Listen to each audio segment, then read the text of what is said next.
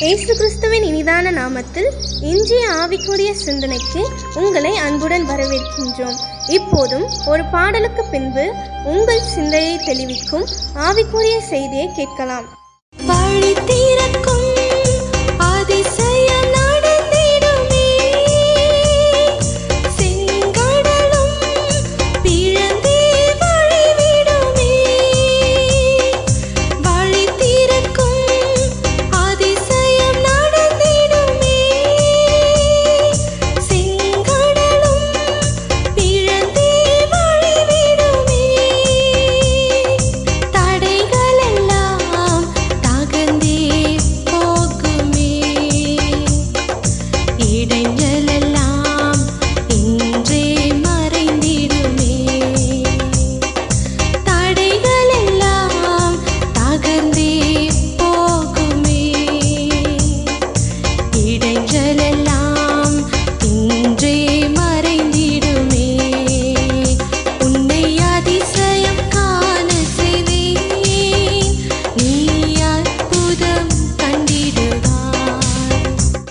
தடைகளை நீக்கி போடுகிற நம்முடைய ஆண்டவராக இயேசுவின் இனிதான நாமத்தினால் உங்களை வாழ்த்துகிறேன். இந்த நாள் நம்முடைய ஆவிக்குரிய சிந்தனைக்காக மீகாவின் புஸ்தகம் 2ஆம் அதிகாரம் 13ஆம் வசனத்தின் ஒரு பகுதியை நான் வாசிக்கிறேன். தடைகளை நீக்கி போடுகிறவர் அவர்களுக்கு முன்பாக நடந்து போகிறார். நம்முடைய ஆண்டவர் நமக்கு முன்பாக நடந்து போகிறவர். வேதம் ஒவ்வொரு பகுதிகளிலும் சொல்லி கர்த்தர் தாமே உனக்கு முன்பாக போகிறவர், அவர் உன்னோடு கூட இருப்பார், அவர் உன்னை விட்டு விலகுவதில்லை, உன்னை கைவிடுவதில்லை என்று சொல்லி கூட பழைய ஏற்பாட்டிலே இஸ்ரேல் ஜனங்களுக்கு வாக்கு கொடுத்து அவ்விதமாகவே செய்தார். அவர் முன்பாக போவார் என்று சொன்னால் தடைகள் தானாக மாறிவிடும். ஏனென்றால் தேவனுடைய வல்லமைக்கு முன்பாக எதுவுமே நிற்க முடியாது. அந்த சராசரங்களை படைத்தவர் நம்முடைய தேவன் தானே. எப்படி அது எதிர்த்து நிற்க முடியும்? மலைகளாக இருக்கலாம், பர்வதங்களாக இருக்கலாம், எரிகோவை போல பெரிய மதில்களாக இருக்கலாம், செங்கடலாக இருக்கலாம். கர்த்தர் நமக்கு முன்பாக போவார் என்று சொன்னால் நிச்சயமாகவே அவைகள் வழி கொடுத்துத்தான் ஆக வேண்டும். இல்லாத பட்சத்திலே அவைகள் வழி கொடுக்காது, விலகாது, அப்படியே தான் இருக்கும். இன்று நம்முடைய வாழ்க்கையில நமக்கு முன்பாக கர்த்தர் போகிறாரா?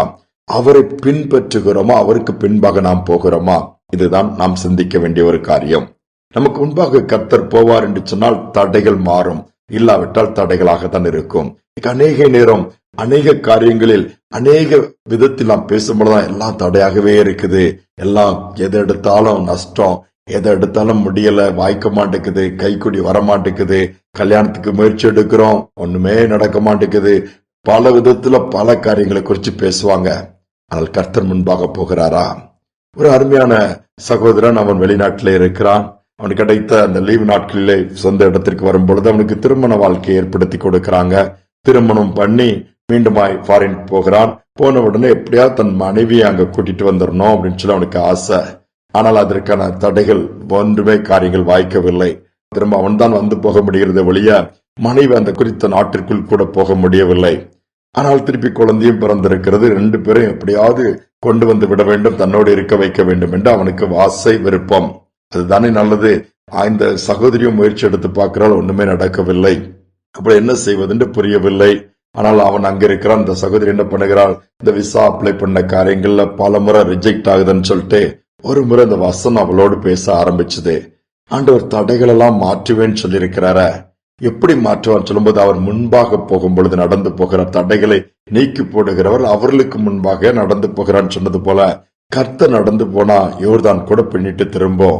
ஏன் கர்த்தர் எனக்கு முன்பாக போனா அந்த விசா கிடைக்கக்கூடிய இந்த காரியத்திலும் அந்த அதிகாரியுடைய கண்களில் தயவு கிடைச்சி என்னுடைய அப்ளிகேஷன் ரிஜெக்ட் ஆகாதபடி அது விசா கிடைக்குமென்னு சொல்லி அந்த வசனத்தை வச்சு ஜெபம் பண்ணிட்டு திரும்பவும் அப்ளை பண்ணி அந்த காரியத்தை செய்யும் பொழுது இந்த அருமையான சகோதரிக்கு அவருடைய குழந்தைக்கு விசா கிடைக்குது.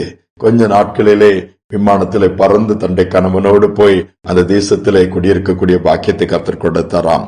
எவ்வளவு பெரிய தேவன் பாருங்கள். தோற்று போன காரியங்கள், ரிஜெக்ட் ஆன அந்த விசா அப்ளிகேஷன் மீண்டுமாய் கர்த்தர் வாய்க்க பண்ணினார். காரணம் ஏன் தெரியுமா? அந்த சகோதரி என்ன ஜெபித்தார்கள்? நீங்க எனக்கு முன்னாடி போங்கப்பா, இயேசுப்பா நீங்க முன்னாடி போய் இதை எனக்கு செய்து கொடுங்கன்னு ஒரு சின்ன ஜெபம்.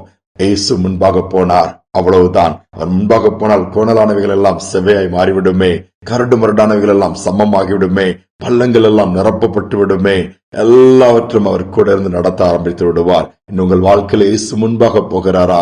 இல்லாவிட்டால் இன்று கேளுங்க, ஆண்டவரே எங்கள் வாழ்க்கையில எல்லா இடங்களும் நீர் முன்பாக போங்க, எங்களோடு கூட இருங்க. நிச்சயமாகவே அவருக்கு அந்த ஜெபத்திற்கு பதில் கொடுத்து அதே அவ்விதமாகவே முன்பாக போவார். நம்முடைய காரியங்கள் எல்லாம் தடைகள் மாறி ஜெயமாக இருக்கும். ஜெபிப்போம். அன்பின் தகப்பனே, இத்தடைகளை தகர்த்தெறிகிற தேவனாய் இருப்பதற்காய் ஸ்தோத்திரம். இந்த நாள் இந்த செய்தியை கேட்கிற பிள்ளையுடைய வாழ்க்கையில் அநேக தடைகள் இருக்கலாம், கோணலான பாதைகள் இருக்கலாம், கரடுமுரடான பாதைகளாக இருக்கலாம், முட்கள் நிறைந்த பாதைகளாக இருக்கலாம். கடக்க முடியவில்லையே, அதை தாண்டுவதற்கு பலன் இல்லையே, என்ன செய்வது என்று தத்தளித்துக் கொண்டிருக்கலாம். எத்தனையோ முறை முயற்சி எடுத்து விட்டேன், இனி அவ்வளவுதான் என்று சொல்லி போட்டுவிட்டு சோர்ந்து அமர்ந்திருக்கலாம், அல்லது புலம்பிக் கொண்டிருக்கலாம். என் தேவன் இந்த நாளிலே நினைவு கூர்ந்து நீர் முன்பாக சொல்லும்படியா நான் ஜெபிக்கிறோம்ப்பா. ஒவ்வொருவரும் நீங்க முன்பாக சொல்லுங்க ஆண்டவரே, நாங்கள் உம்மை பின்பற்றுகிறோம் என்கிற அந்த ஒரு சிந்தைக்குள்ளே, தீர்மானத்துக்குள்ளே அப்படிப்பட்ட ஜெபங்களை ஏற்கக்கூடிய அந்த கிருபைகளை கொடுத்து நடத்துவீராக. செய்வதற்காய் ஸ்தோத்திரம். நீர் முன்பாக செல்வதற்காய் ஸ்தோத்திரம். தாழ்த்தி ஒப்புக் கொடுக்கிறோம். துதிகனமை ஏற்றுக்கொள்ளும் இயேசுவின் நாமத்தில் வேண்டிக் கொள்கிற நல்ல பிதாவே, ஆமேன், ஆமேன். வாழ்க்கையில் ஆண்டவரை முன்பாக போகும்படி அனுமதியுங்கள். நாம் அவரை பின்பற்றுவோம். இதற்காக தான் நாம் அழைக்கப்பட்டிருக்கிற இந்த சிந்தனையோடு செய்யும் பொழுது நிச்சயமாகவே தடைகள் மாறுவதை நாம் பார்க்க முடியும். நம்முடைய வாழ்க்கையின் ஜெயமாக இருக்கும். சிந்தனையோடு நாளை தொடர்வோம். மீண்டும் நாளை தினம் சந்திப்போம். சஞ்சலம் வருத்தம்